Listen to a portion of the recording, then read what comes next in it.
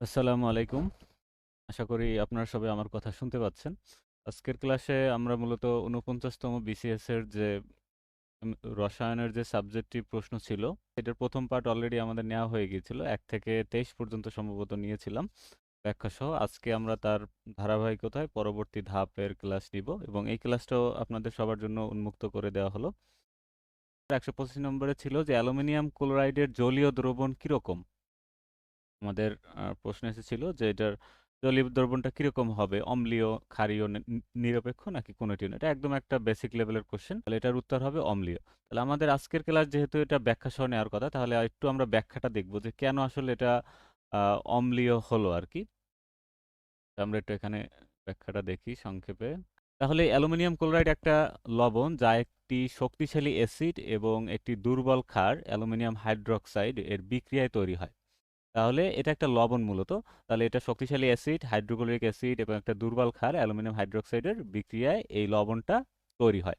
আচ্ছা, এখন এখানে আমাদের কোশ্চেনে কি আসছিল যে এর জলীয় দ্রবণ। জলীয় দ্রবণ মানে এটাকে আমরা পানিতে দ্রবীত করলে এর অবস্থাটা কিরকম হবে বা ওই দ্রবণটা কিরকম হবে? অম্লীয় হবে, নিরপেক্ষ হবে নাকি ক্ষারীয় হবে? আরেকটা ছিল কোনটিই নয়। আচ্ছা, তাহলে এখন যদি আমরা আদ্র বিশ্লেষণ করি মানে হাইড্রোলাইসিস এই মানে প্রসেসটার নাম। তাহলে পানিতে দ্রবীত করলে অ্যালুমিনিয়াম ক্লোরাইড আয়নিত হয়ে Al3+ এবং Cl- অ্যালুমিনিয়াম 3+ আয়ন আকারে খুবই ছোট। তাহলে আমরা দেখতে পাচ্ছি এখানে তার মাথার উপরে 3+ আছে। 3+ মানে তার বহিঃস্থ স্তর থেকে এখান থেকে ৩টে অ্যালুমিনিয়ামের ৩টা ইলেকট্রন এখান থেকে চলে গিয়েছে। তার মানে তখন তার চার্জ হয়েছে Al3+। আচ্ছা, তাহলে এইটার স্বাভাবিক যে আকার ছিল তার থেকে তার আকারটা এখন ছোট হয়ে গেছে। মানে ৩টা যেহেতু ইলেকট্রন এখান থেকে চলে গিয়েছে এইজন্য। তাহলে আকার যত ছোট হয় কোনো পরমাণুর চার্জ ঘনত্ব তত বেড়ে যাবে। আকার ছোট হলে চার্জ ঘনত্ব বেড়ে যাবে। চার্জটা খুব চারদিকে ছড়িয়ে পড়বে। আকারটা যেহেতু ছোট তাহলে এটা চার্জটার ঘনত্বটাও বেশি অনুভব হবে। তাহলে এটি পানির অণুর সাথে যুক্ত হয়ে একটি জটিল আয়ন তৈরি করে, কমপ্লেক্স আয়ন, যা পরবর্তীতে প্রোটন ত্যাগ করে। তাহলে আমরা এটা বিক্রিয়াটাকে স্বাভাবিকভাবে লিখতে পারি। তাহলে আমরা এই আয়নটাকে শুধু দেখাচ্ছি যেহেতু এই আয়নটার সাথেই পানির বিক্রিয়া হবে। তাহলে এটার সাথে পানির বিক্রিয়া করলে অ্যালুমিনিয়াম হাইড্রোক্সাইড এবং ৩টে এখানে প্রোটন পাওয়া যায়। তাহলে এই যে এখানে ৩টে আমরা প্রোটন পেলাম, এই ৩টে প্রোটনের জন্যই মূলত এরা অম্লীয় প্রকৃতির হয়ে থাকে। তাহলে যে সকল যৌগ আমরা জানি জলীয় দ্রবণে প্রোটন ত্যাগ করে তাদেরকে আমরা সাধারণত অ্যাসিড বলে থাকি। তাহলে দ্রবণে প্রচুর পরিমাণে প্রোটন বা হাইড্রোজেন মুক্ত হয়, ফলে আমরা বলতে পারি যে অ্যালুমিনিয়াম ক্লোরাইড এখানে একটা অ্যাসিড হিসাবে কাজ করতেছে। কখন? যখন একে আমরা পানিতে দ্রবীভূত করব। যেহেতু দ্রবণে মুক্ত হাইড্রোজেন আয়নের ঘনত্ব বৃদ্ধি পায়, তাই অ্যালুমিনিয়াম ক্লোরাইডের জলীয় দ্রবণে অম্লীয় প্রকৃত হয়, মানে তার পিএইচ এর মানটা ৭ থেকে কম হবে। তাহলে এটা এখান থেকে আমরা আরো একটা কোশ্চেন, অনেকগুলো কোশ্চেন এখানে রেফারেন্স করা আছে। যেমন এই যে পিএইচ এর মান ৭ এর নিচে থাকলে, পিএইচ এর মান ৭ এর নিচে থাকলে তখন ওই দ্রবণটা হবে অ্যাসিড দ্রবণ, অ্যাসিডীয় দ্রবণ। আর যদি ৭ এর বেশি থাকে তখন হবে ক্ষারীয়, আর যদি ৭ থাকে তখন ওইটা হবে নিরপেক্ষ। তাহলে আমরা কিন্তু এই অন্যান্য কিন্তু গুরুত্বপূর্ণ টপিকস একটা কোশ্চেনের ব্যাখ্যার সাথে আমাদের কিন্তু পড়া হয়ে যাচ্ছে।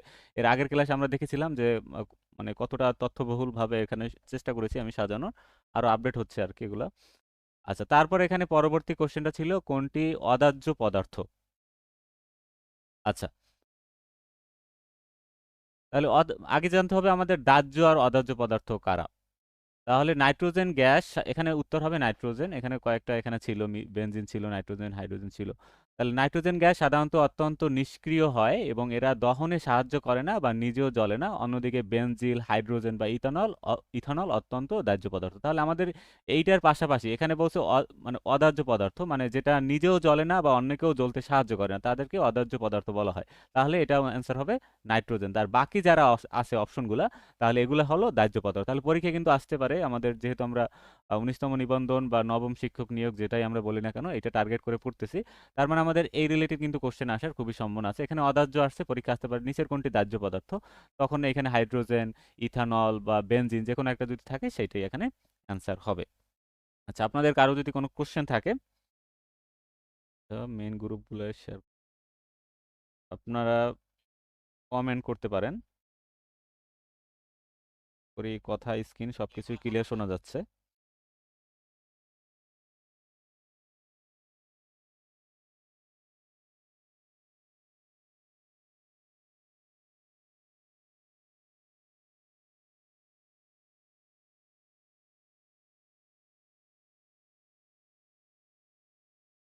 তাহলে আপনারা যারা ভর্তি আছেন আপনাদের এই পিডিএফটা আমি খুব শীঘ্রই দিয়ে দেবো। এটা পার্ট পার্ট করে আসলে অ্যাড হচ্ছে, এগুলো একটু সময় লাগতেছে অ্যাড করতে। তাহলে আপনারা এটা মিনিমাম কয়েকবার আমাদের একদম এটা গুরুত্বপূর্ণ যেগুলো আছে এখানে ব্যাখ্যা সবকিছু আমাদের এগুলো নিয়ে পরীক্ষা নেব এবং এগুলো খুব ইম্পর্টেন্ট, পড়তে হবে বারবার, একবার পড়লে হবে না, বারবার অনেকগুলো তথ্য এখানে আছে যেহেতু বারবার পড়তে হবে। আচ্ছা, তাহলে আমরা দেখি এখানে একটা ছক আমরা এখানে দিয়েছি যে দাহ্য পদার্থ কারা আর অদাহ্য পদার্থ কারা। তাহলে এদের আবার তিনটে ক্যাটাগরি আছে দাহ্য অদাহ্য পদার্থের। একটা হলো গ্যাসীয় পদার্থ, একটা হলো গ্যাসীয় পদার্থ, একটা হলো তরল পদার্থ, আর একটা হলো কঠিন পদার্থ। তাহলে গ্যাসীয় পদার্থের ভিতরে দাহ্য পদার্থ হলো মিথেন, হাইড্রোজেন, বিউটেন, অ্যাসিটিলিন। এরা সাধারণত, এছাড়া আরও আছে কিন্তু এগুলো আর কি বেশি আসার সম্ভাবনা আছে পরীক্ষায়। এগুলো হলো গ্যাসীয় দাহ্য পদার্থ। আর অদাহ্য কারা গ্যাসীয়র ভিতরে? তারা হলো নাইট্রোজেন, হিলিয়াম, কার্বন ডাইঅক্সাইড এবং আর্গন। এটা আর্গন তো একটা নিষ্ক্রিয় গ্যাস, আমরা সবাই জানি। আর অক্সিজেন নিজে নিজে দাহ্য নয়, তবে দহন সহায়ক। এটা কিন্তু খুবই গুরুত্বপূর্ণ যে অক্সিজেন কিন্তু নিজে কোনো দাহ্য পদার্থ না, কিন্তু আরেকজনকে সে জ্বলতে সহায়তা করে। খুব ইম্পর্টেন্ট। আচ্ছা, তাহলে তরল পদার্থের ভিতরে দাহ্য পদার্থ কারা আছে? ইথানল আছে, বেনজিন আছে, যেটা কিন্তু এই অপশনও ছিল। ইথানল ছিল, বেনজিন ছিল। আচ্ছা, তারপর আহ, পেট্রোল, কেরোসিন, অ্যাসিটিলিন, এরা সবাই তরল দাহ্য পদার্থ। তারপর অদাহ্য পদার্থ কারা? পানি, কার্বন টেট্রাক্লোরাইড, পারদ, এরা হলো অদাহ্য পদার্থ। তারপর অধিকাংশ জৈব তরল দাহ্য পদার্থ, এভাবে আমরা সংক্ষেপে মনে রাখতে পারি। তারপর কঠিন পদার্থের ভিতরে দাহ্য পদার্থ আমরা সবাই জানি, আমাদের পরিচিত একটা মানে এলিমেন্ট, সেটা হলো সোডিয়াম। সোডিয়ামকে পানির ভিতরে দিলে আমরা জানি এখানে আগুন ধরে যায় আর কি। তারপর ফসফরাস, ম্যাগনেসিয়াম, সালফার, কয়লা, এরা সবাই মানে দাহ্য পদার্থ যখন এরা কঠিন অবস্থায় থাকে।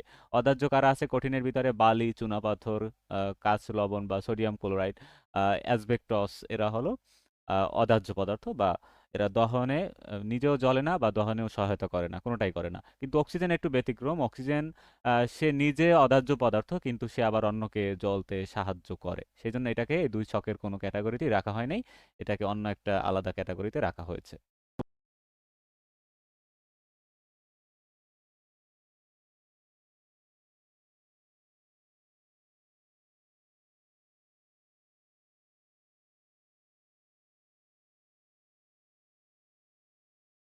তো তাহলে এটা মূলত আমাদের আজকের রুটিন অনুযায়ী ক্লাসটা হচ্ছে। আজকে আমাদের যে লেকচার ৮ নেওয়ার কথা ছিল শনিবার, সেই অনুযায়ী আমাদের এই ক্লাসটা নেওয়া হচ্ছে। বিসিএস প্রশ্ন সমাধান পর্ব ২। আচ্ছা, এটা গেল। আচ্ছা, তারপর পরবর্তীতে এদের বৈশিষ্ট্য আছে, ব্যবহার আছে, এগুলো তেমন ইম্পর্টেন্ট না, তাহলে চাইলে পড়ে রাখা যায়। আচ্ছা, তারপর আরো একটা সহজ কোশ্চেন ছিল যে ওয়াশিং সোডার রাসায়নিক নাম কি? আচ্ছা, এই ধরনের সহজ কোশ্চেনই অনেক সময় পরীক্ষায় ভুল হয়ে যায় বা অনেক সময় কনফিউশন হয়ে যেতে হয় কিছু যদি সংকেত কাছাকাছি থাকে। তাহলে এখানে দুইটা সংকেত এখানে আমার একটু ভালোভাবে আমাদের খেয়াল করতে হবে। একটা হলো সোডিয়াম কার্বনেট, আর একটা হলো সোডিয়াম বাইকার্বনেট। দুইটা কিন্তু একটু আলাদা, কারণ এখানে Na2CO3 আর এখানে NaHCO3। তাহলে এখানে বলছে ওয়াশিং সোডার রাসায়নিক নাম কি? তাহলে ওয়াশিং সোডা মূলত বলতে বোঝায় সোডিয়াম কার্বনেট, তাহলে এটার অ্যান্সার হবে সোডিয়াম কার্বনেট। তাহলে সোডিয়াম কার্বনেটকে ওয়াশিং সোডা বলা হয়। 10 অণু পানি সহ অনেক সময় থাকতে পারে, এই যে এটা অনেক সময় অপশনে থাকলে এটা অ্যান্সার হবে যে Na2CO3.10H2O পানি, মানে এখানে কেলাস পানি আকারে 10 অণু পানি থাকতে পারে।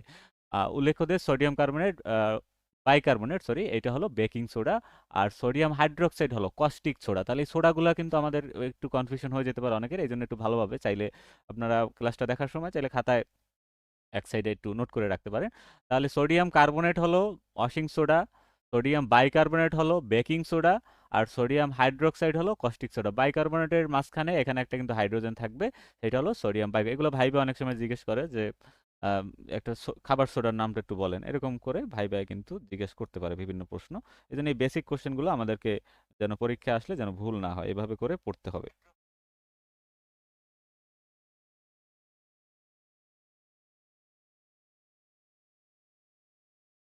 ঠিক আছে, হ্যাঁ। তারপরে আমরা পরবর্তীতে এখানে কিছু গুরুত্বপূর্ণ আহ, সংকেত দেয়া আছে, এগুলা আমি গ্রুপেও দিয়েছিলাম। তাহলে এগুলো আপনারা একবার দেখে নেবেন। তাহলে এই যে বেকিং সোডা, তারপর প্যারাফিন বলা ওয়াশিং সোডা, এটা তো পরীক্ষা আসলোই। তারপর চুনা পাথর, ক্যালসিয়াম কার্বনেট, বালু, সিলিকন ডাইঅক্সাইড, খাবার লবণ বা রক সল্ট, সোডিয়াম ক্লোরাইড, এগুলো আমাদের পরিচিত সবকিছুই। Caustic potash, potassium hydroxide. তারপর প্যারাফিন বলা হয় অ্যালকেনকে, আর অলিফিন বলা হয় অ্যালকিনকে, মনে রাখতে হবে। আর ইথিলিন বলা হয় ইথিনকে। অ্যাসিটিলিন বলা হয় ইথাইনকে, ঠিক আছে। আচ্ছা, তারপর এখানে আরো কিছু আছে, ব্লিচিং পাউডার, CaOCl2, এবার এটা এভাবেও লেখা যায়, এখানে একসাথে লিখেছে CaOCl, এটা এভাবেও লেখা যায়। আচ্ছা, তারপর এখানে তুতে কপার সালফারের সাথে 5 অণু পানি, তারপর সাদা ভিট্রিয়ল জিঙ্ক সালফারের সাথে 7 অণু ক্লাস পানি, তারপর এখানে অনেকগুলো দেওয়া আছে যেগুলো পরীক্ষা আসছে আর কি, বা আসার মতো। সবুজ ভিট্রিয়ল ফেরাস সালফেট হেপ্টাহাইড্রেট 7 অণু পানি থাকবে। Plaster of Paris calcium sulphate, সাথে এখানে পানি থাকবে। তারপর এখানে আরো আছে ক্যালোমেল তড়িৎদ্বার, এটা তড়িৎ বিশ্লেষণ অধ্যায়ে আছে। ক্যালোমেল তড়িৎদ্বার, এখানে মার্কিউরাস ক্লোরাইড, ক্যালোমেল বলা হয় এটাকে। এইটার এইটা নিয়ে আবার একটা তড়িৎদ্বার তৈরি হয়, সেটাকে বলা হয় ক্যালোমেল তড়িৎদ্বার। তাহলে ক্যালোমেল জিনিসটা কি আসলে? ক্যালোমেল হলো মার্কিউরাস ক্লোরাইড। এখানে সবগুলো গুরুত্বপূর্ণ, এখানে যেগুলো পরীক্ষা আসে সেগুলো কিন্তু এখানে দেয়া আছে একসাথে। আপনার এই ব্যাখ্যাগুলো পড়লে একসাথে অনেক কিছু পড়া হয়ে যাবে। ভিনেগার মানে অ্যাসিটিক অ্যাসিড, তারপর এখানে ভিনেগার, তারপর ইউরিয়া, কার্বামাইড বলা হয়, সিঁদুর, লেড, তারপরে সংকেত সহ প্রত্যেকটা পড়তে হবে। এগুলো কিন্তু বিসিএস এও আসে পরীক্ষায়, জেনারেল বিসিএস এ। তারপর এখানে গ্লুকোজ, শুষ্ক বরফ বা ড্রাই আইস বলা হয় কার্বন ডাই অক্সাইডকে। আচ্ছা, এরকম ভাবে এখানে প্রত্যেকটা এখানে গুরুত্বপূর্ণ। তারপর এপসাম লবণ বা ইপসম লবণ বলা হয় ম্যাগনেসিয়াম সালফারের সাথে 7 অণু পানি, গ্লুবাল লবণ, এটাও ইম্পর্টেন্ট।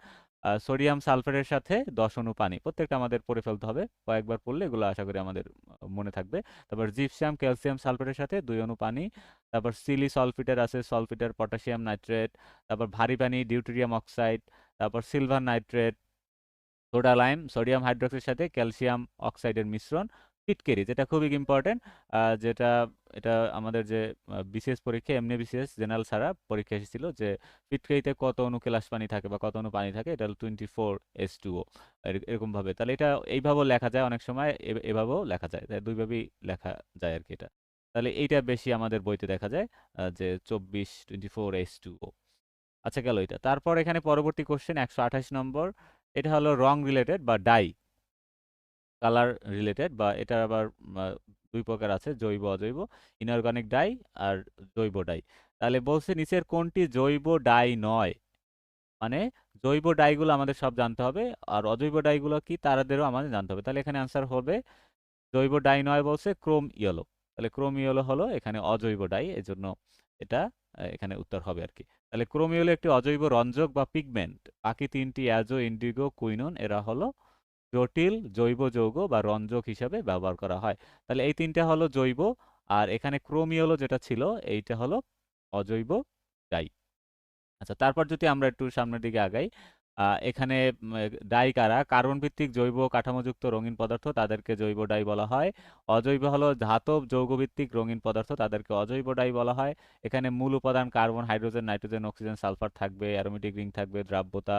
তারপর এখানে উদাহরণটা সব থেকে বেশি ইম্পর্টেন্ট, যে অ্যাজো, ইন্ডিগো, কুইনন, তারপর ট্রাইফিনাইল মিথেন ডাই, অথবা ক্রিস্টাল ভায়োলেট বলা হয় জ্যানথিন নাইট্রোডাই।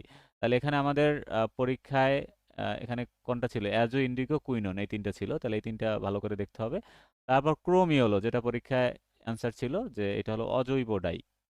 পার্সিয়ান ব্লু, তারপর vermilion, zinc oxide, lead, white iron oxide, এরা সবই হলো অজৈব ডাই। মানে এর ভিতরে এই কার্বন, হাইড্রোজেন, নাইট্রোজেন, অক্সিজেন, কখনো সালফার, এই এখানে মেইন হলো, দেখো এখানে ক্রোমিয়াম আর অক্সিজেন আছে, কিন্তু এই মেইন হলো এখানে যে কার্বন আর হাইড্রোজেন। জৈব থাকতে হলে আমরা জানি যে কার্বন আর হাইড্রোজেন থাকতে হবে, এবং অবশ্যই এখানে একটা নাইট্রোজেন নাইট্রোজেন দ্বিবন্ধন অথবা একটা কার্বনিল গ্রুপ থাকতে হবে। আর এই যৌগগুলোয় কোনো কার্বনিল গ্রুপ বা ওই টাইপের কিছু এই যৌগগুলো দেখা যায় না, এই জন্য এদেরকে চেনার এটা একটা উপায়।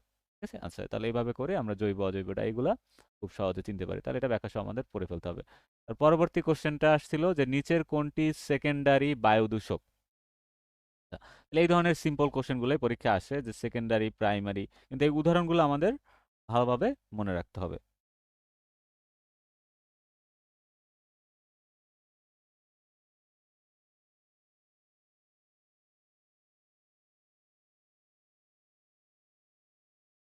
আচ্ছা, তাহলে হ্যাঁ, সামনে আগে আমরা সেকেন্ডারি বায়ু দূষক কোনটি? এটা হবে সালফিউরিক অ্যাসিড বা H2SO4। আচ্ছা, সেকেন্ডারি এখন আমাদের জানতে হবে আসলে প্রাইমারি কাদের বলে আর সেকেন্ডারি কাদের বলে। তাহলে এটা যদি আমরা শিখতে পারি তাহলে কিন্তু আমরা খুব ইজিলি এটা মানে অ্যান্সার করা যায় আর কি, যে উদাহরণগুলো আমাদের মনে থাকে। যেসব দূষক সরাসরি উৎস থেকে নির্গত হয় এবং তাদেরকে প্রাইমারি দূষক বলে, যেমন SO2, NO2 বা এইখানে আরো থাকতে পারে যে নাইট্রাস অক্সাইডের ডেরিভেটিভ আর কি বোঝাচ্ছে। আচ্ছা, আর প্রাইমারি দূষকগুলো বায়ুমণ্ডলের অন্যান্য উপাদানের সাথে বিক্রিয়া করে যা তৈরি করে তাদেরকে সেকেন্ডারি দূষক বলে। মানে সরাসরি উৎস থেকে যদি উৎপন্ন হয় তাদেরকে বলা হয় প্রাইমারি, আর প্রাইমারির সাথে যুক্ত হয়ে যে যৌগগুলো তৈরি হয় তাদেরকে বলা হয় সেকেন্ডারি দূষক। আচ্ছা, তাহলে সালফার ডাই অক্সাইড বাতাসের অক্সিজেনের সাথে বিক্রিয়া করে SO3 এবং পরে জলীয় বাষ্পের সাথে বিক্রিয়া করে সালফিউরিক অ্যাসিড তৈরি করে। ফলে এটা কিন্তু SO2টা কিন্তু প্রাইমারি বায়ু দূষক ছিল। SO2 এর সাথে বাতাসের অক্সিজেনের সাথে বিক্রিয়া করে SO3 হয়েছে। তারপর এই 3টা পরে আবার জলীয় বাষ্পের সাথে বিক্রিয়া করে সালফিউরিক অ্যাসিড। তার মানে কি প্রাইমারির সাথে বিক্রিয়া করে পরবর্তীতে এই সালফিউরিক অ্যাসিডটা হয়েছে। তার মানে এই সালফিউরিক অ্যাসিডটা হলো সেকেন্ডারি বায়ু দূষক। আচ্ছা, তাহলে বায়ু দূষক দুই প্রকার, একটা হলো প্রাইমারি, একটা হলো সেকেন্ডারি। তারপর এখানে উদাহরণগুলো আমাদের মনে রাখতে হবে: sulphur dioxide, NOC, carbon monoxide, carbon dioxide. আচ্ছা, তারপর এখানে ওজোন, তারপর সালফিউরিক অ্যাসিড, প্যান মানে peroxy pan oxy acyl nitrates, হ্যাঁ পিএন সংক্ষেপে এটাকে পিএন বলা হয়, অপশনে থাকলে পিএন থাকার কথা আর কি।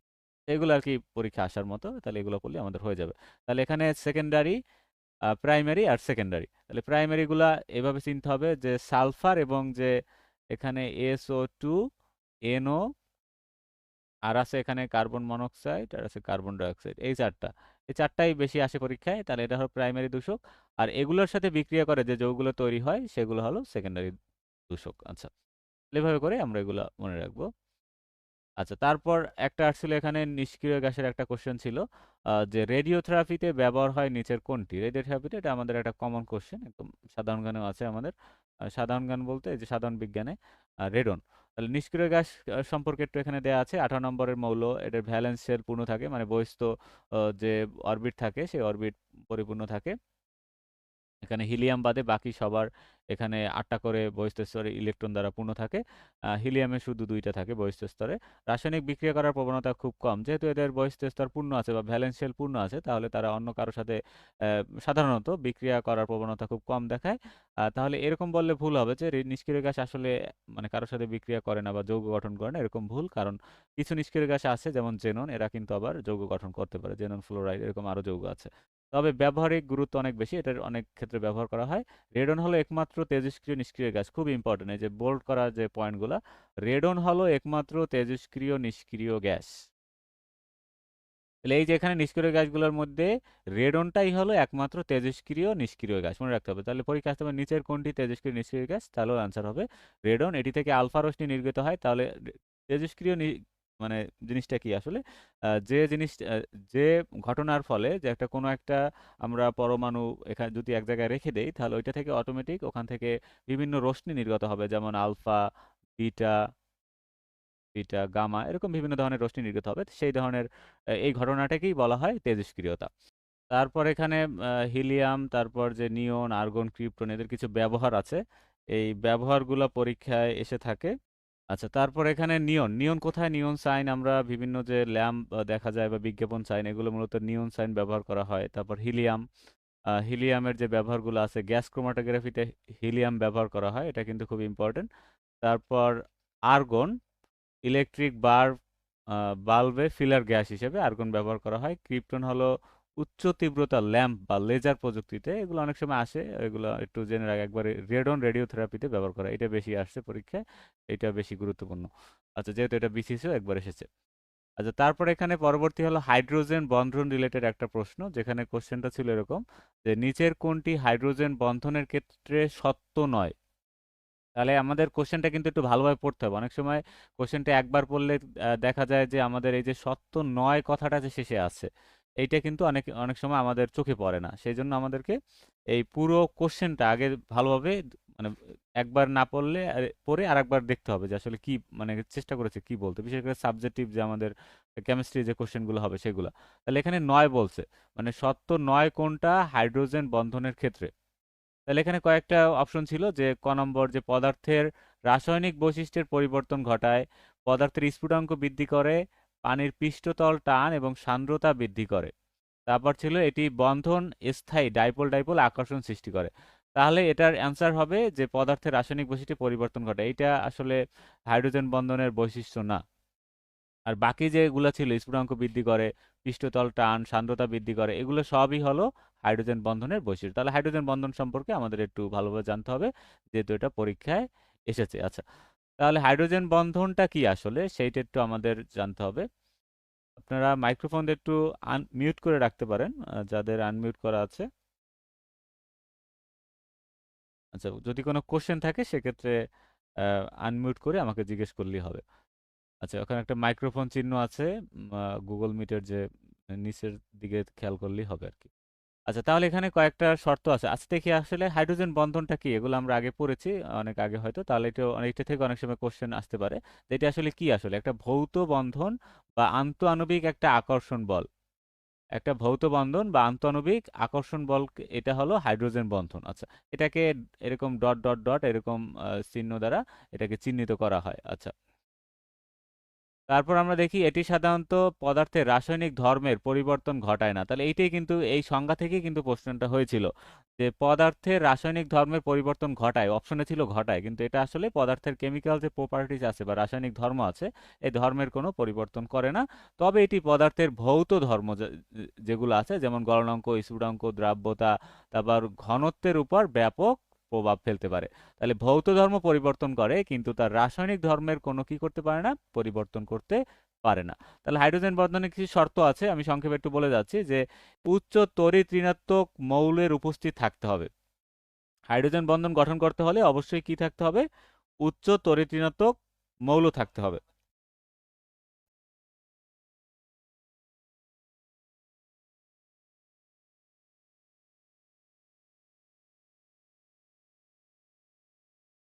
আচ্ছা, তাহলে এখানে হাইড্রোজেন বন্ধন, যেমন আমি পানিরটাই দেখাই।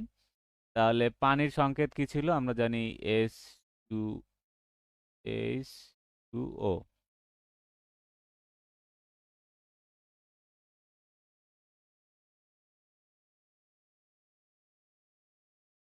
আচ্ছা, তাহলে এখানে হাইড্রোজেন আর পানির সংকেতে কি থাকে, আজকে লেখাটা একটু এলোমেলো হয়ে যাচ্ছে, যাই হোক।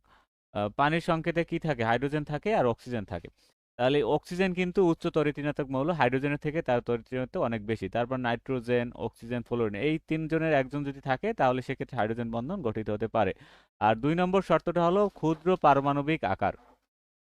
তড়িৎ মৌলের আকারটি অবশ্যই কি হতে হবে, ছোট হতে হবে। তাহলে এই যে তড়িৎ মৌলগুলো থাকবে তাদের সাথে উচ্চ তড়িৎ তাদের আকারটা ছোট হতে হবে। যেমন ক্লোরিন নাইট্রোজেনের তড়িৎ প্রায় সমান হওয়া সত্ত্বেও ক্লোরিন সাধারণত হাইড্রোজেন বন্ধন তৈরি করে না, কারণ ক্লোরিনের আকার নাইট্রোজেনের চেয়ে বড় হয়।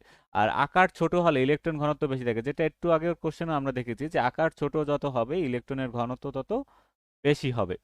আচ্ছা, তাহলে যা হাইড্রোজেনকে আকর্ষণ করতে সুবিধা করে। তাহলে এখানে বন্ধনটা প্রকাশ করা হয় কিন্তু ডট ডট ডট বা ডটেড লাইন দ্বারা প্রকাশ করা হয়।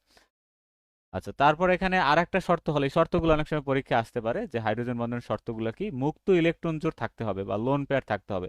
এখানে পানির বন্ধনে যে অক্সিজেন থাকে, তাই অক্সিজেনে কিন্তু মুক্ত লোন পেয়ার বা নিঃসঙ্গ জোড় ইলেকট্রন থাকে। এগুলো আমরা ক্লাসে আরো পরবর্তীতে বিস্তারিত জানবো। তাহলে আপাতত এই ব্যাখ্যাটা দু একবার পড়লেই আশা করি এগুলো ধারণা চলে হয়ে যাবে। অন্যান্য অপশনগুলো একটু যদি আমরা বিশ্লেষণ করি, তাহলে এখানে স্ফুটনাঙ্ক বৃদ্ধির একটা কথা ছিল। তাহলে হাইড্রোজেন বন্ধনকে ভাঙতে অতিরিক্ত শক্তির বা প্রয়োজন হয়, তাহলে এখানে পানি এবং অ্যালকোহলের মতো যৌগের স্ফুটনাঙ্ক অনেক বেশি হয়ে যায়। তাহলে স্ফুটনাঙ্ক বৃদ্ধি, এই কথাটা আসলে সত্য হাইড্রোজেন বন্ধনের ক্ষেত্রে। পৃষ্ঠতল সান্দ্রতা এটাও বৃদ্ধি পায়, এটাও সত্য। তারপরে স্থায়ী ডাইপোল থাকে। তড়িৎ ঋণাত্মক মৌল যেমন ফ্লোরিন, অক্সিজেন, নাইট্রোজেন, হাইড্রোজেন বন্ধন সৃষ্টি আংশিক ঋণাত্মক এবং আংশিক ধনাত্মক বা ডাইপোল একটা আকর্ষণ বল এর ভিতরে কাজ করে। তাহলে স্থায়ী ডাইপোল থাকে, এটাও এখানে সত্য কথা আর কি। তারপর এখানে হাইড্রোজেন বন্ধনের কিছু ক্লাসিফিকেশন আছে, যে আন্তঃআণবিক হাইড্রোজেন বন্ধন থাকে। দুটি আলাদা অণুর মধ্যে যদি হাইড্রোজেন বন্ধন থাকে, যেমন দুইটা পানির অণু যদি একসাথে থাকে, তখন এদের ভিতরে যে বন্ধন হয় তখন হবে,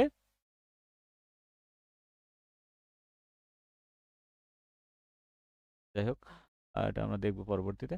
আচ্ছা, তাহলে দুইটা আলাদা পানির অণুর ভিতরে হইলে সেটা হবে আন্তঃআণবিক, আর যদি একই অণুর মধ্যেই যদি হাইড্রোজেন বন্ধন থাকে তখন এটাকে বলে অন্তঃআণবিক।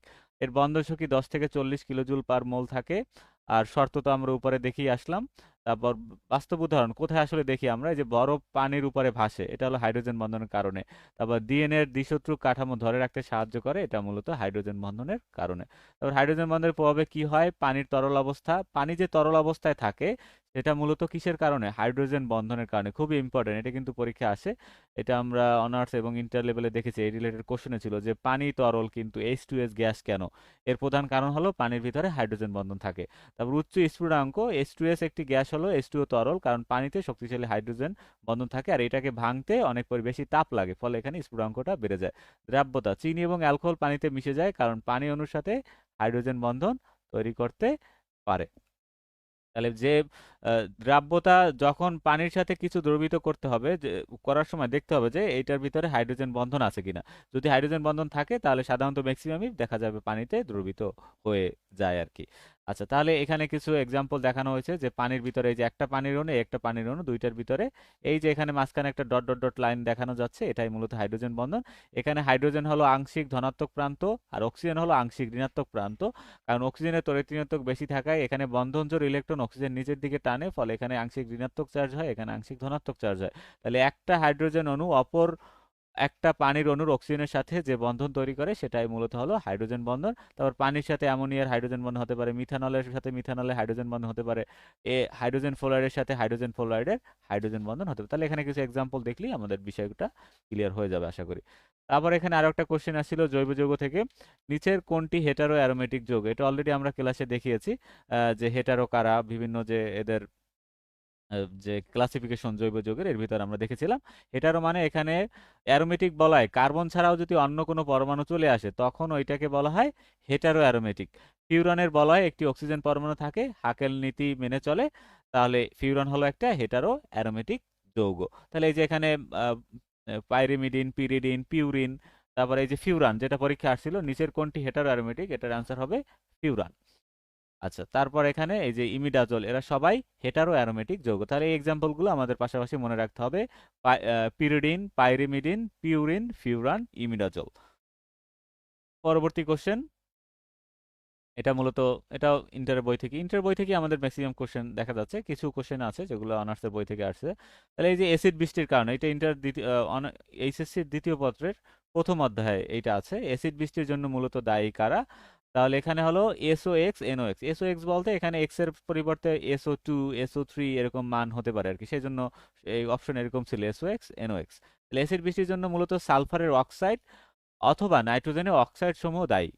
সালফারের অক্সাইড অথবা নাইট্রোজেনের অক্সাইড। তাহলে সালফারের অক্সাইড কারা আছে, SO2, SO3। নাইট্রোজেনের অক্সাইড কারা আছে, NO, NO2। এরা হলো অ্যাসিড বৃষ্টির জন্য দায়ী। তাহলে এখানে বিস্তারিত আছে এখানে কিভাবে কোনটা দায়ী। তাহলে এখানে এই সালফারের অক্সাইড বা SO2, এইটা হলো সালফিউরিক অ্যাসিড তৈরি করে। তাহলে এইটা সব থেকে বেশি দায়ী, 60 থেকে 70% দায়ী। পরীক্ষা আসতে পারে কোনটি বেশি দায়ী, সেটা হলো সালফার ডাইঅক্সাইড। তারপর এখানে নাইট্রোজেনের যে অক্সাইডগুলো আছে, এছাড়া এগুলাও তোমার এখানে 25 থেকে 30, এটা এটার থেকে একটু কম। এছাড়া কলকারখানা, বিদ্যুৎ কেন্দ্র, যানবাহনের জ্বালানি পোড়ালে বাতাসে sulphur die oxide, nitrogen oxide নির্গত হয়। এগুলো বাতাসের অক্সিজেন এবং বৃষ্টির পানির সাথে সালফিউরিক অ্যাসিড, নাইট্রিক অ্যাসিড তৈরি করতে পারে, যা বৃষ্টির পানির সাথে নিচে পড়ে যায়। তাহলে এখানে কিছু বিক্রিয়া দেখানো হয়েছে যে কিভাবে আসলে অ্যাসিড বৃষ্টির বিক্রিয়াগুলো হয়। তারপর জৈব দূষক, জৈব দূষক কারা, প্লাস্টিক, পচনশীল যৌগ, পরিবেশ দূষণ করলেও এগুলো সরাসরি অ্যাসিড বৃষ্টির প্রাথমিক কারণ নয়, যেটা অপশনে ছিল, অপশনগুলো আর কি এখানে বিশ্লেষণ করা হচ্ছে। ওই জৈব দূষক অ্যাসিড বৃষ্টির মানে সরাসরি কারণ না আর কি। ধাতব অক্সাইড, এরা অ্যাসিড বৃষ্টির, এরা ক্ষারীয় প্রকৃতির, যা অ্যাসিডের বিপরীতে কাজ করে, তাহলে এটা অ্যাসিড হবে, এর কোনো আসলে অ্যাসিড বৃষ্টি তৈরি হবে, এটা আসলে পুরোটাই ভুল। তারপর হাইড্রোজেন, নাইট্রোজেন, কার্বন মনোক্সাইড, এরা বিষাক্ত গ্যাস হলেও অ্যাসিড তৈরিতে সাহায্য করে না। কার্বন মনোক্সাইড কিন্তু বিষাক্ত গ্যাস, এটা আমাদের শ্বাসের সাথে গেলে এটা কিন্তু মৃত্যু হওয়ার ঝুঁকিও থাকে। আচ্ছা, তারপর আমরা এখানে কিছু উদাহরণ দেয়া আছে, একদম ব্যাখ্যাটা একদম বিস্তারিত দেয়া আছে এখানে যে কোনটা কি কোথায় পাওয়া যায়। আর উৎপন্ন অ্যাসিড, তাহলে সালফার ডাইঅক্সাইড থেকে সালফিউরাস অ্যাসিড পাওয়া যায়, আর সালফার ট্রাইঅক্সাইড থেকে সালফিউরিক অ্যাসিড পাওয়া যায়। ঠিক আছে, তাহলে এইটা থেকেই প্রথমে সালফার ট্রাইঅক্সাইড হয়, তারপর এইটার সাথে আবার পানি যোগ হয়, আবার তোমার এখানে সালফিউরিক অ্যাসিড তৈরি হয়। আচ্ছা, তারপরে এই যে আরো এখানে এক্সাম্পল দেওয়া আছে।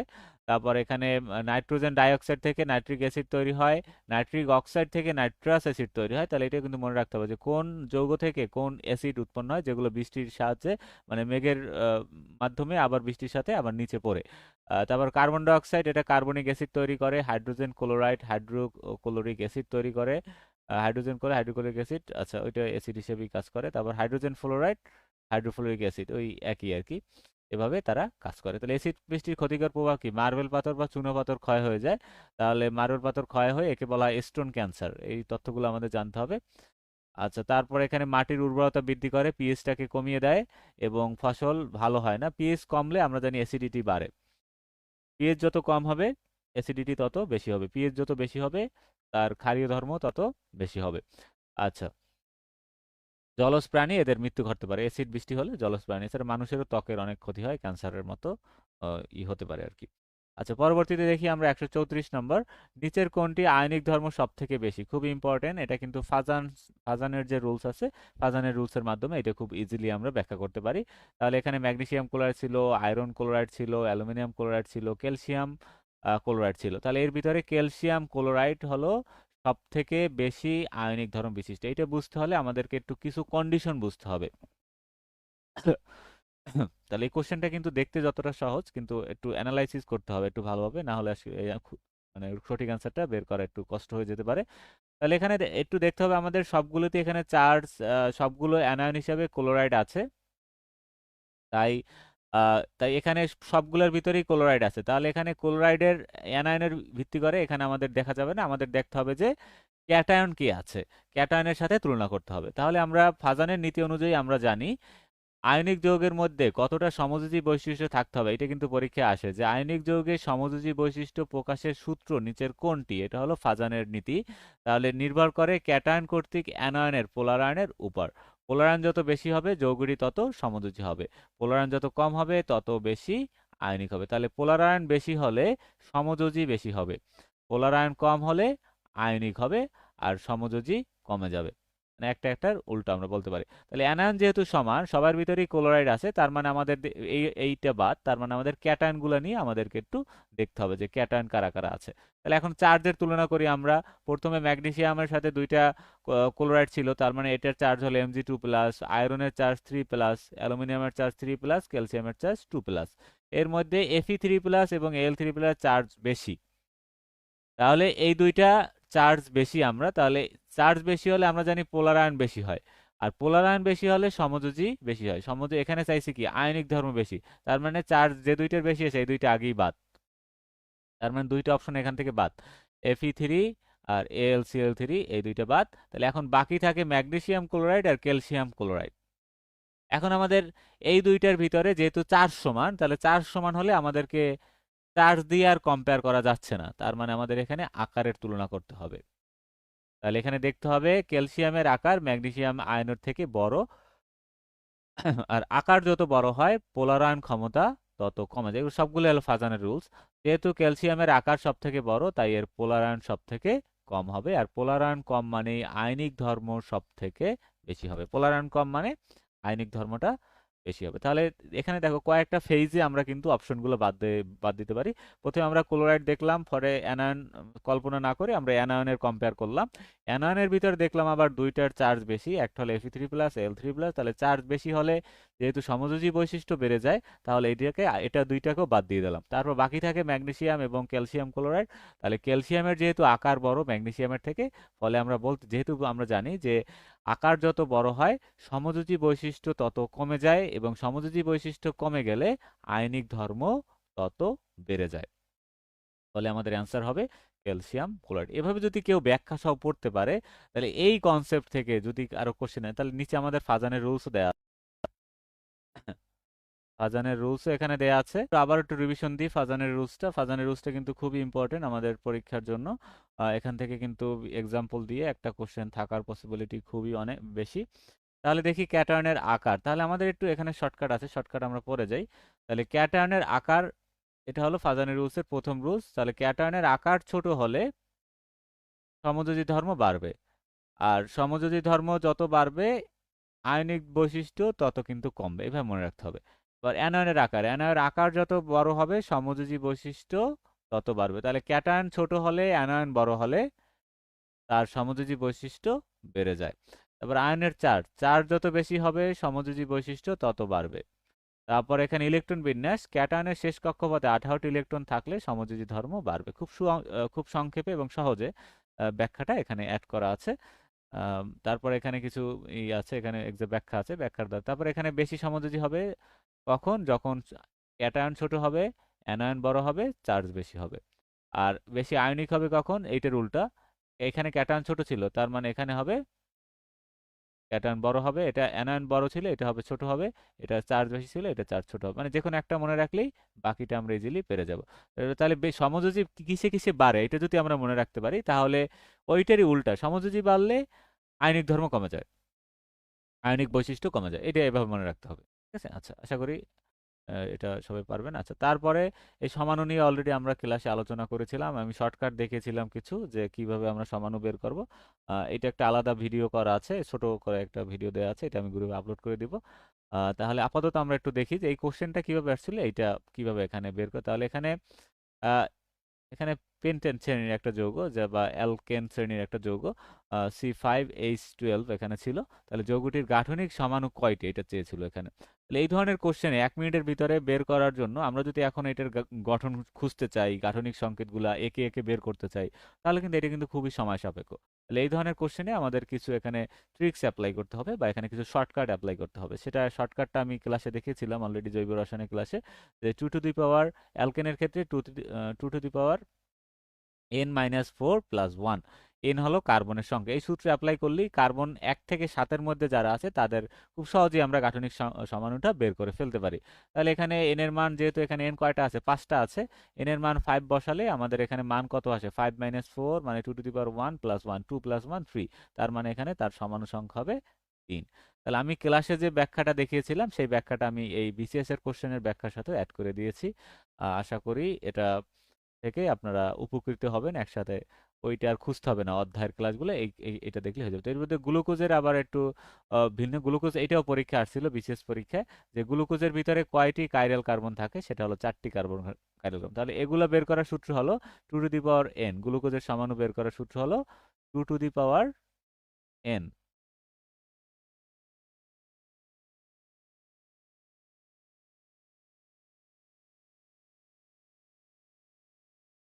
আচ্ছা, তাহলে এ- তাহলে n হলো কাইরাল কার্বনের সংখ্যা। কাইরাল কার্বনের যদি 2টি হয় তাহলে এখানে সমাণু হবে 4টা। কাইরাল কার্বন গ্লুকোজের যেহেতু 4টা, তাহলে তার সমাণু হবে 2 টু দি পাওয়ার 4, মানে এখানে 16টা সমাণু হবে। খুব ইম্পর্টেন্ট কিন্তু এইটা।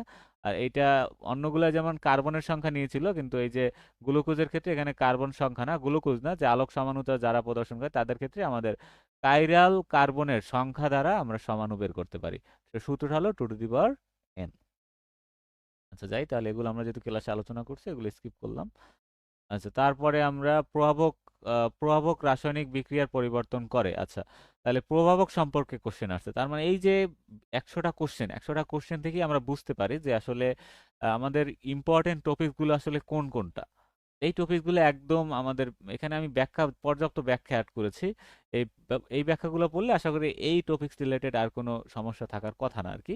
তাহলে এখানে দেখি আমরা যে প্রভাবক রাসায়নিক বিক্রিয়ার কি পরিবর্তন করে, সক্রিয়ণ শক্তি, উৎপাদের স্থির শক্তি, বিক্রিয়া স্থির শক্তি, বিক্রিয়া ত্বরণ, এগুলো অবশ্যই এখানে অ্যাক্টিভেশন এনার্জি বা সক্রিয়ণ শক্তি হবে। তাহলে প্রভাবক বিক্রিয়া বিকল্প পথ তৈরি করে সক্রিয়ণ শক্তিকে কমিয়ে দেয় ধনাত্মক প্রভাবের ক্ষেত্রে, আর ঋণাত্মক প্রভাবের ক্ষেত্রে উল্টা কাজ করে আবার। ফলে বিক্রিয়ার গতিটা বৃদ্ধি পায়। এটি বিক্রিয়ক বা উৎপাদের শক্তি বা বিক্রিয়ার তাপ পরিবর্তন করতে পারে না। তাহলে মূলত এখানে শক্তি পরিবর্তন করতে পারে না, কিন্তু বিক্রিয়ার জন্য একটা বিকল্প পথ তৈরি করতে পারে। আর পথ তৈরি করে তার অ্যাক্টিভেশন এনার্জিটাকে কমিয়ে দিয়ে বিক্রিয়াটার গতিটা বাড়িয়ে ফেলে। তাহলে অ্যাক্টিভেশন এনার্জি যত কম হবে বিক্রিয়ার গতি তত বেশি হবে। মানে অ্যাক্টিভ হইতে, সোজা কথা, যত কম সময় লাগবে বিক্রিয়াটা তত দ্রুত হবে। অ্যাক্টিভ হইতে যত বেশি সময় লাগবে বিক্রিয়াটা তত স্লো হয়ে যাবে। এভাবে আমরা মনে রাখতে পারি। আচ্ছা, তাহলে প্রভাবক বা ক্যাটালিস্ট কোনো রাসায়নিক বিক্রিয়ার গতিপথ পরিবর্তন করে, মানে তার রাস্তাটা চেঞ্জ করে বিক্রিয়া ঘটার জন্য প্রয়োজনীয় সক্রিয়ণ শক্তি কমিয়ে বা বাড়িয়ে দিতে পারে। এটি রাসায়নিক বিক্রিয়া ঘটার জন্য বিক্রিয়ক অণুতে নির্দিষ্ট ন্যূনতম শক্তি অর্জন করতে হয়, তাকেই বলা হয় সক্রিয়ণ শক্তি। এখন অনেকের কোশ্চেন আসবে যে সক্রিয়ণ শক্তিটা আসলে কি। তাহলে এই জন্য সক্রিয়ণ শক্তির সংজ্ঞাটাও সাথে ইনক্লুড করে দেওয়া আছে। ঠিক আছে, এভাবেই এই জিনিসগুলো এখানে সাজানো হয়েছে একটার পর একটা ধারাবাহিকভাবে। তাহলে প্রভাবকের ভূমিকা আমরা দেখি। প্রভাবক বিক্রিয়ার সাথে মিলে একটা মধ্যবর্তী ইন্টারমিডিয়েট কমপ্লেক্স বা জটিল আয়ন বা মধ্যবর্তী জটিল যৌগ তৈরি করে। আচ্ছা, এখন প্রভাবক কি কি চেঞ্জ করে, প্রভাবক সেটা আমাদের দেখতে হবে। প্রভাবকের প্রভাব, তাহলে এটা বইতে অনেক ব্যাখ্যা আকারে লেখা, এখানে একদম ছক আকারে সুন্দরভাবে যেতটুকু দরকার আমাদের সেতটুকু এখানে দেয়া আছে। আমি যদি একটু জুম করে দিই, জিনিসটা একটু সুন্দর দেখা যাবে, ক্লিয়ার। আচ্ছা, তাহলে এখানে সক্রিয়ণ শক্তি হ্রাস বা বৃদ্ধি করতে পারে, এটাই পরীক্ষা আসছে যে প্রভাবক কি করে, সক্রিয়ণ শক্তিটাকে বাড়াতে অথবা কমাতে পারে। বিক্রিয়ার হারটাকেও বাড়াতে কমাতে পারে। বিক্রিয়ার পথ পরিবর্তন করতে পারে। দ্রুত সাম্যাবস্থায় পৌঁছাতে সাহায্য করতে পারে। এগুলো হলো প্রভাবকের প্রভাব, মানে প্রভাবক কি কি চেঞ্জ করে। আর কি কি চেঞ্জ করতে পারে না সেটা হলো বিক্রিয়ার তাপ, বিক্রিয়ক উৎপাদের অভ্যন্তরীণ শক্তি, সাম্য ধ্রুবক, স্বতঃস্ফূর্ততা, এগুলো সে চেঞ্জ করতে পারে না। আর এইটা বেশি ইম্পর্টেন্ট যে সে কি কি চেঞ্জ করতে পারে, সক্রিয়ণ শক্তি, বিক্রিয়ার হার, বিক্রিয়ার পথ, বিক্রিয়ার আর সাম্য অবস্থায় দ্রুত যেতে সাহায্য করে। প্রভাবকের প্রকারভেদ যদি আমরা দেখি, এগুলো থেকে পরীক্ষায় কোশ্চেন আসে। নিচের কোনটি ধনাত্মক প্রভাবক, নিচের কোনটি ঋণাত্মক প্রভাবক, নিচের কোনটি স্বপ্রভাবক, নিচের কোনটি আবিষ্ট প্রভাবক, এগুলো কিন্তু পরীক্ষা আছে। আরেকটা আছে প্রভাবক বিষ। আচ্ছা, তাহলে ধনাত্মক প্রভাবক কারা, ম্যাঙ্গানিজ ডাইঅক্সাইড, আর তারপর এখানে গ্লিসারিন, এটা হলো ঋণাত্মক প্রভাবক। তারপর পটাশিয়াম পারম্যাঙ্গানেট অক্সালিক অ্যাসিডের বিক্রিয়ায় Mn2+।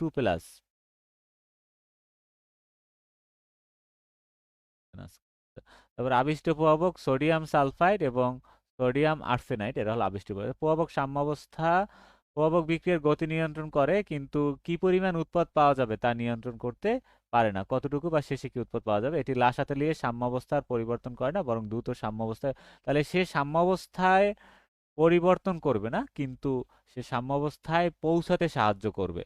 আচ্ছা, এখন যদি প্রশ্ন আসে যে প্রভাবক যুক্ত করলে এনথালপির কি পরিবর্তন হবে, তাহলে অ্যান্সার হবে কোনো পরিবর্তন হবে না। তাহলে সে এনথালপি চেঞ্জ করতে পারে না প্রভাবক। আচ্ছা, তারপরে আছে প্রভাবক বিষ আর প্রভাবক সহায়ক। প্রভাবক বিষ মানে সংক্ষেপে আমরা মনে রাখতে পারি পয়জন বা ধ্বংসকারী, বা যেটা গতি কমিয়ে দেবে। আর প্রভাবক সহায়ক বা ক্যাটালিস্ট প্রমোটার, মানে যেটা গতিটাকে বাড়িয়ে দিবে। তাহলে এখানে উদাহরণগুলো বেশি ইম্পর্টেন্ট। আর এখানে সংজ্ঞা তো আমি বলেই দিলাম। তাহলে লেড এবং সালফার, তারপরে এখানে যে K2O বা Al2 অ্যালুমিনিয়াম ট্রাইঅক্সাইড, এরা তোমার এখানে প্রভাবক সহায়ক হিসাবে কাজ করে। আচ্ছা, তারপরে আরো একটা কোশ্চেন এখানে ছিল, এটা একটা গাণিতিক কোশ্চেন, এটা কিন্তু বেসিক একটা কোশ্চেন, সহজ ছিল। তাহলে এখানে একটা বিক্রিয়া দেওয়া ছিল, হাইড্রোজেনের সাথে অক্সিজেন, এবং বিক্রিয়াকারে পানি তৈরি হয়। এনথালপির পরিবর্তনের একটা মান দেওয়া ছিল, এবং বলছিল যে 2 মোল পানি উৎপাদনে এনথালপির পরিবর্তন কত কিলোজুল হবে। এটা আনসার হবে -571.65। হ্যাঁ, তাহলে এখানে আমরা বিক্রিয়াটা একটু লিখে নিলাম। তাহলে এনথালপি পরিবর্তন -285.8, 285.8 কিলোজুল পার মোল। তার মানে এটা দেখেই বোঝা যাচ্ছে এটা কিন্তু একটা তাপ উৎপাদী বিক্রিয়া। আচ্ছা, তাহলে এখানে এই বিক্রিয়াটার দ্বারা বোঝানো যাচ্ছে যে 1 মোল পানি তৈরি করতে তার 285.8 কিলোজুল তাপ নির্গত হয়। এখানে কিন্তু পানিটা কয় মোল, 1 মোল। এখানে পানির কিন্তু এখানে কিন্তু কিছু নাই, তার মানে এখানে 1 আছে। আর আমাদের কোশ্চেনে বলছে যে এরকম করে আরো 1 মোল যদি পানি তৈরি করতে চাই আমরা, সেক্ষেত্রে আমাদের কতটুকু শক্তি দরকার বা এনথালপির চেঞ্জ কতটুকু হবে। তাহলে এখানে সহজ একটা সূত্র আছে যে এনথালপি টোটাল বা মোট এনথালপি ইকুয়াল টু পানির মোল সংখ্যা ইন্টু ডেল এইচ এর মান। তাহলে ডেল এইচ এর মান কত ছিল, -285.8 ইন্টু 2, পানির মোল সংখ্যা কত চাইছে, এখানে 2 মোল পানির জন্য চাইছে। তাহলে এখানে 2 দ্বারা গুণ করে দিতে হবে, তাহলে কত হবে, -571.6 কিলোজুল। খুব ইজি, এভাবে করে আমরা এটা সমাধান করতে পারি। তারপর এই রিলেটেড আরো কিছু এখানে ব্যাখ্যা অ্যাড করা হয়েছিল, ল্যাভেসিয়ার ল্যাপ্লাসের সূত্র, এগুলো আপনারা একবার দেখে নেবেন। হেসের সূত্র, এগুলো থেকে পরীক্ষা আসতে পারে। এগুলো আমরা ক্লাসে দেখাবো বিস্তারিত। তারপর এখানে এই রিলেটেডই আরো একটা কোশ্চেন আসছিল যে তাপহারী বিক্রিয়ায় কি ধরনের এনথালপি পরিবর্তন হয়। তাপ উৎপাদিত হয় নেগেটিভ আর তাপ হারিত হয় পজিটিভ। তাহলে এখানে যে বিক্রিয়াটা ছিল, এটা কিন্তু আমি বলেছিলাম, এটা একটু আগে বললাম আমি, এটা হলো তাপ উৎপাদী বিক্রিয়া। কিভাবে চিনলাম, কারণ এখানে কিন্তু একটা কি ছিল, এখানে একটা মাইনাস চার্জ ছিল। মাইনাস থাকলে আমাদের বুঝতে হবে এই ডেল এইচ এর মান, আবার কিন্তু এখানে মাইনাস থাকা যাবে না।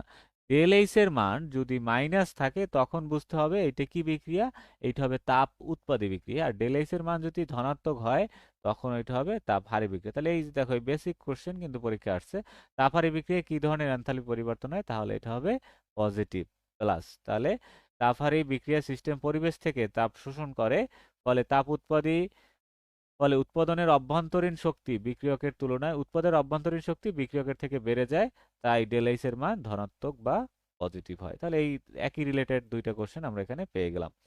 আচ্ছা, তারপর এখানে ফ্রি রেডিকেল রিলেটেড একটা কোশ্চেন আছে যে নিচের কোন ফ্রি রেডিকেলটির স্থায়িত্ব বেশি হয়, তাহলে এইটা হলো এই যে PH3 ফ্রি রেডিকেল। আচ্ছা, আমি ক্লাসটা শেষ করব, নেক্সট ক্লাসে বিস্তারিত, যেহেতু আজকে সময় হয়ে গিয়েছে, আমরা নেক্সট ক্লাসে বাকি বেশি কোশ্চেন সলভ করবো। 20টা করে, 20 বা 25টা করে টার্গেট ছিল, নেক্সট ক্লাসে একটু বেশি দেখাই দেবো আমরা। তাহলে এখানে এই যে PH3C, এটা হলো ট্রাইফিনাইল কার্বনিয়াম বা কার্বনিয়াম আমরা বলতে পারি, কার্বনিয়াম, ট্রাইফিনাইল কার্বনিয়াম, এটা ফ্রি রেডিক্যাল।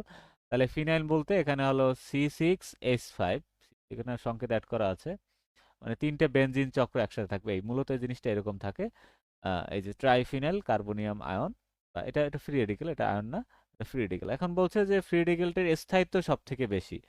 আচ্ছা, এইটা জানতে হলে আমাদের কিছু জানতে হবে, রেজোনেন্স, হাইপার কনজুগেশন, আবেশীয় প্রভাব, এই কনসেপ্টগুলো জানার পরে আমাদের দেখতে হবে যে এখানে এই যে অপশনটা ছিল, এই অপশনটা কেন আসলে অ্যান্সার হলো।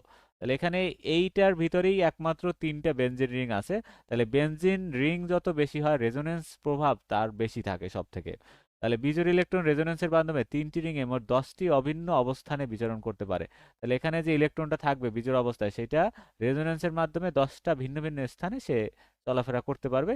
এতে বিপুল পরিমাণ বিচরণ ক্ষমতা বা ডিলোকালাইজেশন একে অন্য সব অ্যালকাইল ফ্রি রেডিকেলের চেয়ে কয়েক হাজার গুণ বেশি স্থায়িত্ব প্রদান করে। তাহলে আমরা এমনিতেই জানি যে বেনজিনের ভিতরে কি আছে, রেজোনেন্স প্রভাব আছে, কিন্তু এখানে একটা বেনজিন না, PH3 মানে ফিনাইল, তিনটে ফিনাইল চক্র এখানে যুক্ত আছে এরকম।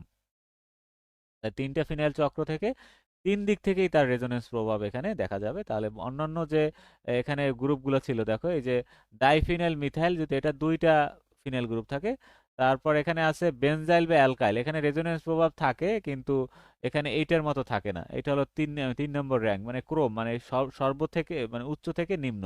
তারপর এখানে টার্সিয়ারি, সেকেন্ডারি, প্রাইমারি, তাহলে টার্সিয়ারিটার মানে এটা বেশি, তারপর হলো সেকেন্ডারি, তারপর প্রাইমারি, তারপর সর্বশেষ হলো মিথাইল। তাহলে এখানে সব থেকে বেশি, এখানে কোশ্চেনটা আমার কি ছিল, স্থায়িত্ব বেশি, মানে স্টেবিলিটিটা কার বেশি, স্থায়িত্ব বেশি, এটা হবে ট্রাইফিনাইল মিথাইল। তাহলে এখানে আমরা স্থায়িত্বের একটা ক্রম আছে, অ্যালকাইল গ্রুপের ক্ষেত্রে 3 to 1, অনেক সময় এটা পরীক্ষা আসে যে 3 to 1, টার্সিয়ারি, সেকেন্ডারি, প্রাইমারি, এদের কোনটার স্থায়িত্বের ক্রম, সঠিক ক্রম নিচের কোনটি। তাহলে এইটা মনে রাখতে হবে, স্থায়িত্ব ইজ প্রপোর্শন টু 1 বাই সক্রিয়তা, মানে এটার ব্যস্ত নৈতিক স্থায়িত্ব, সক্রিয়তার ব্যস্ত নৈতিক। তাহলে একটা স্থায়িত্ব যদি বাড়ে সক্রিয়তা তত কমবে, আবার সক্রিয়তা যত বাড়বে স্থায়িত্ব তত কমবে। তাহলে অ্যালকাইল গ্রুপের স্থায়িত্বের কম, আমরা যদি এই ক্রমটা যদি মনে রাখি, তাহলে এইটার উল্টো যে ক্রমটা হবে সেইটাই হলো সক্রিয়তার ক্রম। এটা কিন্তু পরীক্ষা কিন্তু ভুল হওয়ার চান্স থাকে অনেক, এটা কিন্তু আমাদের ভালোভাবে মনে রাখতে হবে।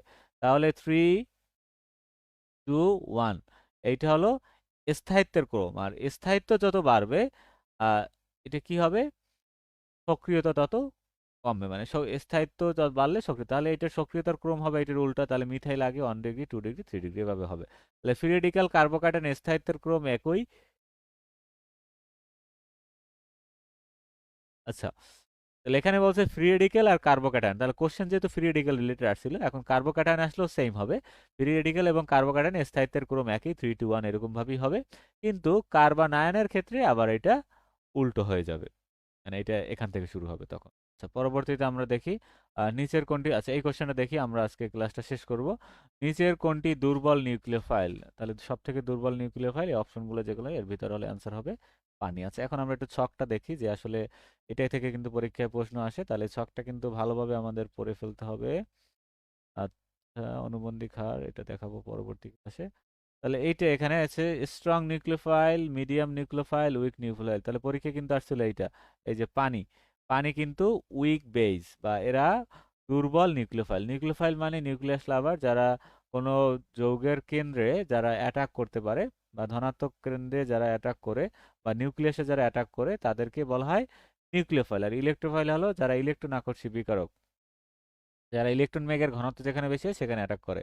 আর নিউক্লিওফাইল হলো কোনো পরমাণু বা কোনো যৌগের বা কোনো ধনাত্মক কেন্দ্রে তারা কি করে অ্যাটাক করে।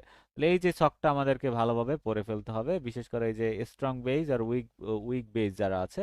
তাহলে এই স্ট্রং নিউক্লিওফাইল আবার শক্তিশালী ক্ষার হিসেবে কাজ করে, আবার দুর্বল নিউক্লিওফাইল তারা দুর্বল ক্ষার হিসেবে কাজ করে। তা আবার মিডিয়াম কিছু আছে, এই যে অ্যামিনো গ্রুপের বিভিন্ন কেস এরা আবার মিডিয়াম।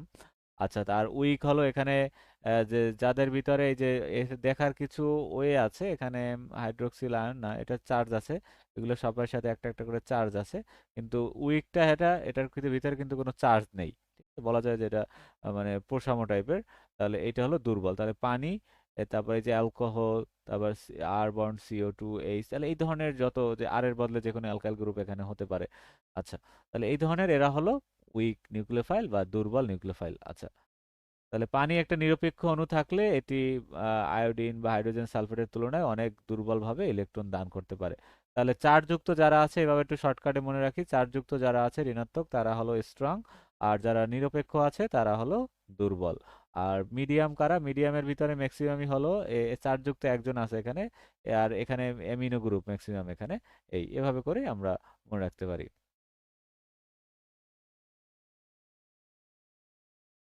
আচ্ছা, এখানে আরেকটা স্পেশাল কেস মানে একটা ব্যতিক্রম আছে যে টারশিয়ারি বিউটো অক্সাইড।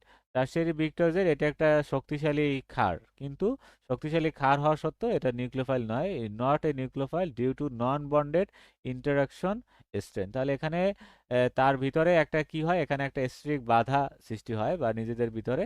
তাহলে এই জন্য এইটা হলো স্পেশাল, মানে এটা হলো ব্যতিক্রম। তাহলে টারশিয়ারি বিউটাল অক্সাইড এটা শক্তিশালী ক্ষার হওয়া সত্ত্বেও এরা নিউক্লিওফাইল নয়, এভাবে। আচ্ছা, তারপর আরো একটা কোশ্চেন, এটাও দেখিয়ে দিই, এটাও এই রিলেটেড কোশ্চেন, যে সালফিউরিক অ্যাসিডের অনুবন্ধী ক্ষারক নিচের কোনটি? এটা আমরা সবাই, এটা অনেকেরই এটা মুখস্থ হয়ে গেছে পড়তে পড়তে, যে HSO4 মাইনাস আছে। এটা একটা ট্রিক্স আছে যে আমরা কিভাবে অনুবন্ধী ক্ষার আর অনুবন্ধী অ্যাসিডটা বের করবো। আচ্ছা, তাহলে বোনস্টেড লাউরের মতে কোনো অ্যাসিড প্রোটন ত্যাগ করলে যে আয়নে পরিণত হয় তাকে অ্যাসিড, তাকে, আচ্ছা, প্রোটন ত্যাগ করলে যে আয়নে পরিণত হয় তাকে ওই অ্যাসিডের অনুবন্ধী ক্ষারক বলে। তাহলে প্রোটন ত্যাগ করলে যে আয়নটা হবে, প্রোটন ত্যাগ করলে মনে রাখতে হবে, প্রোটন ত্যাগ করলে যে আয়নটা হবে সেই আয়নটাই হবে ওই অ্যাসিডের অনুবন্ধী ক্ষারক। তাহলে এখানে সালফিউরিক অ্যাসিড একটা প্রোটন যখন ত্যাগ করে,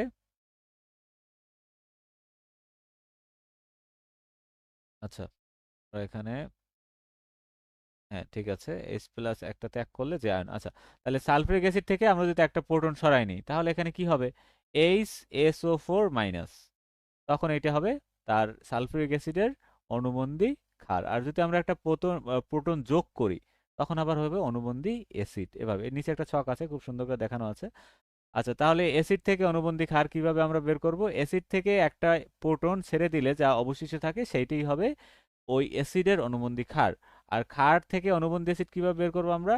ক্ষার থেকে একটি প্রোটন গ্রহণ করলে যেটা তৈরি হবে সেটাই হবে ওই ক্ষারের অনুবন্ধী অ্যাসিড। আমরা এখানে একটা ডায়াগ্রাম আছে, ডায়াগ্রাম দেখলে আমরা খুব ইজিলি জিনিসটা আমরা ক্যাচ করতে পারবো। আচ্ছা, তাহলে এখানে দেখতে পাচ্ছি আমরা এখানে এই যে বোনস্টেড লাউরি বেস মানে এটা হলো ক্ষার, আর এইটা হলো কনজুগেট অ্যাসিড। মানে এই ক্ষারের, এই যে বোনস্টেড লাউরির যে ক্ষার আছে এই ক্ষারের অনুবন্ধী অ্যাসিড, এই ক্ষারের কি অনুবন্ধী অ্যাসিড এখানে এইটা, যে HPO4 2 মাইনাস। আর নিচে যেটা দেখানো আছে এটা হলো বোনস্টেড লাউরির অ্যাসিড। তাহলে অ্যাসিডের অনুবন্ধী ক্ষার হলো এই যে NO2 মাইনাস। আচ্ছা, এখন এটা বিক্রিয়া যদি দেয়া থাকে আমরা আসলে কিভাবে ডিটেক্ট করব যে আসলে, আর এই যে এখানে জোড়াটা আছে একে বলা হয় অনুবন্ধী অ্যাসিড ক্ষার জোড়, আর এটাকে বলা হয় অনুবন্ধী, এটাকে বলা হয় অনুবন্ধী অ্যাসিড ক্ষার জোড়। আচ্ছা, এখন HNO2, তাহলে আমরা ওখানে পড়েছিলাম যে ক্ষারটা কিভাবে বের করব, এখান থেকে একটা প্রোটন সরাই দিতে হবে। তাহলে প্রোটন যদি একটা সরাই দিই তাহলে কি থাকে, NO2 মাইনাস। তাহলে এইটা থেকে একটা প্রোটন ত্যাগ করলে যেহেতু NO2 মাইনাস হচ্ছে তাহলে এই অ্যাসিডের ক্ষার, অনুবন্ধী ক্ষার হবে NO2 মাইনাস। আর এখানে আমরা দেখি যে PO4 3 মাইনাস ছিল, তাহলে এইটা হলো বোনস্টেড লাউরির বেস মানে ক্ষার। তাহলে ক্ষারের অ্যাসিড, অনুবন্ধী অ্যাসিড এখন কিভাবে পাবো আমরা? তাহলে এইটার সাথে আমরা যদি একটা H প্লাস যোগ করি, তখন আমরা যে যৌগটা পাবো HPO4 2 মাইনাস। তাহলে এটাই হলো এই যে অনুবন্ধী ব্রোনস্টেড লাউরির যে ক্ষার ছিল, এই ক্ষারের অনুবন্ধী অ্যাসিড।